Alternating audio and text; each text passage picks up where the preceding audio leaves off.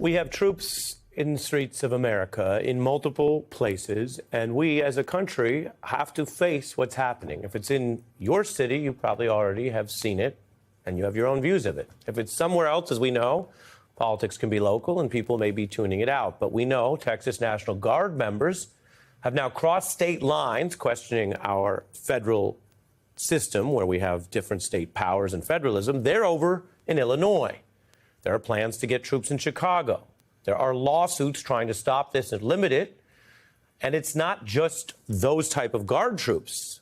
The president using ICE and other federal agents to push the limits in Chicago and other places. And what we're seeing includes patrolling odd places.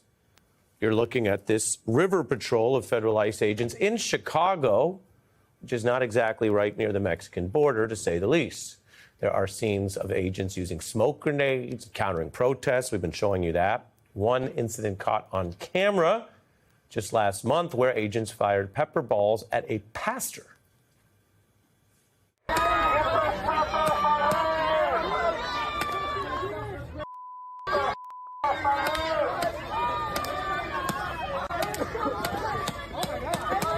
You can see the video there. That's when it first happened. The pastor, we can report, is now suing ICE for multiple human rights, First Amendment constitutional violations, a pattern of extreme brutality, and arguing that this isn't just patrolling the streets for safety, which of course federal agents are generally allowed to do, but rather an effort to, quote, silence the press and civilians. Trump is on the attack against the Democratic governor there and the Chicago mayor, who've objected to exactly this type of use of force, the governor responding. Look, he's a coward. He says a lot of things to the camera. He likes to pretend to be a tough guy. Come and get me. Come and get me. He's demented, literally, unhinged. And this is somebody who's so insecure that he lashes out pretending that he can come arrest people for no reason at all. He can't. He isn't going to do it. Taco. Trump always chickens out.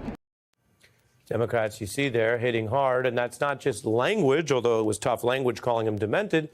It is also substance, because the governor is doing what some Democrats previously have been accused of falling short on, facing the threat or deployment of what you see on your screen and hitting back in every possible way, publicly, verbally, politically, and in the courts. That is what Democrats now say might be necessary to push back on the federal powers you see in these multiple places. As for the general public, even in an environment where it seems some speech is chilled, the vast majority here, 58%, against these kind of deployments, especially when there's no apparent threat. I think we speak too politely, as the last speaker did, because what we do is we ignore the fact that this is Trump scapegoating people, lying about it so that he can control democratic cities for whatever purpose as part of his march to monarchy. The answer is clear, which is the courts have understood this.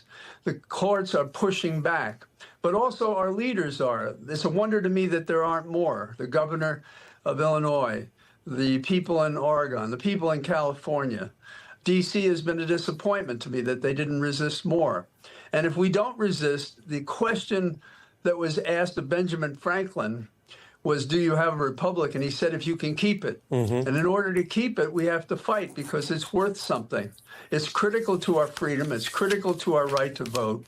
And we have a tragedy of historic proportions in terms of the lack of constitutional basis or the law with Trump.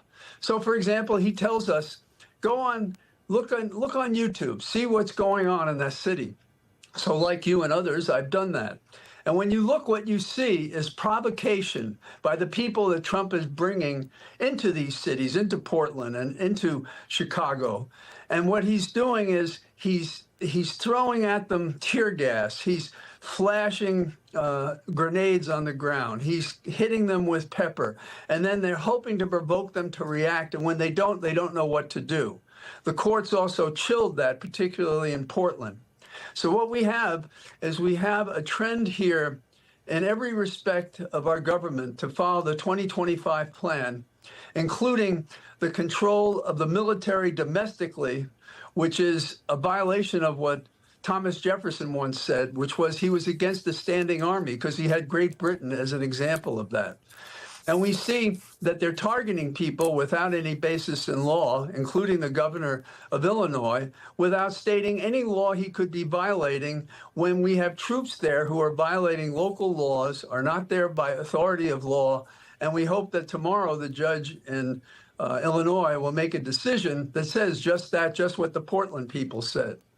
Because you can't have a situation in which posse comitatus is outlawed because we're not allowed to do law enforcement with military domestically.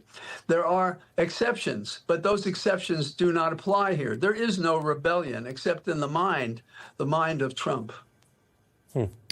What do you think of the legal strategy thus far? Some of these governors are doing everything in their power. We heard the strong words in the lawsuits from the Illinois governor.